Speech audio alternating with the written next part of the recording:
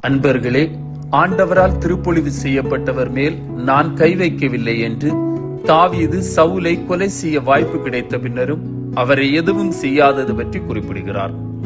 ஆண்டவரின் ஆசிரை திருவருட்சாதனங்களில் பெற்றுத் தருகின்ற ஊடகமாக இருக்கும் இறை பணியாளர்கள் தவறினாலும் நாம் பெறும் ஆண்டவரின் ஆசி குறைவதில்லை. திருப்பலியில் இயேசுவின் பிரதிநிதியாக நிற்பவரில் இயேசுவின் முகத்தை காண முயற்சித்தால் அவரது காயங்கள் அழகை கெடுக்காது. குறையோடு தேர்ந்தெடுப்பதும் மெதுவாய் திருத்துவதும் இறை விருப்பம். ஆனால் ஆண்டவரால் திருப்பொழிவு பெற்றோரை அநியாயமாய் பழித்துரைப்பது ஆண்டவரின் தேர்வை குறை சொல்லுவதுதானே?